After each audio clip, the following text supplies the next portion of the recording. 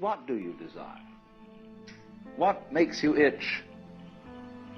What sort of a situation would you like? Let's suppose, I do this often in vocational guidance of students. They come to me and say, well, we're getting out of college and we haven't the faintest idea what we want to do. So I always ask the question, what would you like to do if money were no object? How would you really enjoy spending your life?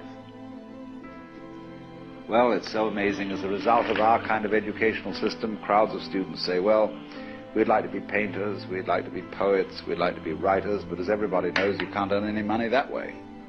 Or another person says, well, I'd like to live an out-of-doors life and ride horses. I say, do you want to teach in a riding school? Let's go through with it. What do you want to do? When we finally got down to something which the individual says he really wants to do, I will say to him, you do that. And forget the money. Because if you say that getting the money is the most important thing, you will spend your life completely wasting your time. You'll be doing things you don't like doing in order to go on living, that is, to go on doing things you don't like doing, which is stupid. Better to have a short life that is full of what you like doing than a long life spent in a miserable way.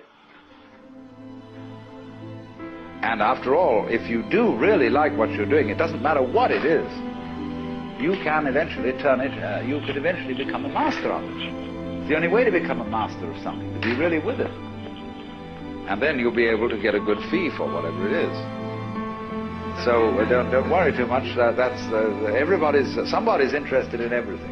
And anything you can be interested in, you'll find others who are. But it's absolutely stupid to spend your time doing things you don't like in order to go on spending things you don't like and doing things you don't like, and to teach your children to follow in the same track.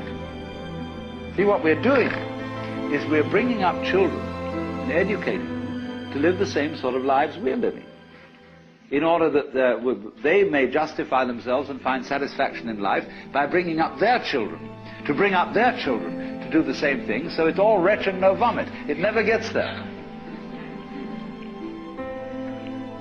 And so, therefore, it's so important to consider this question: what do I desire?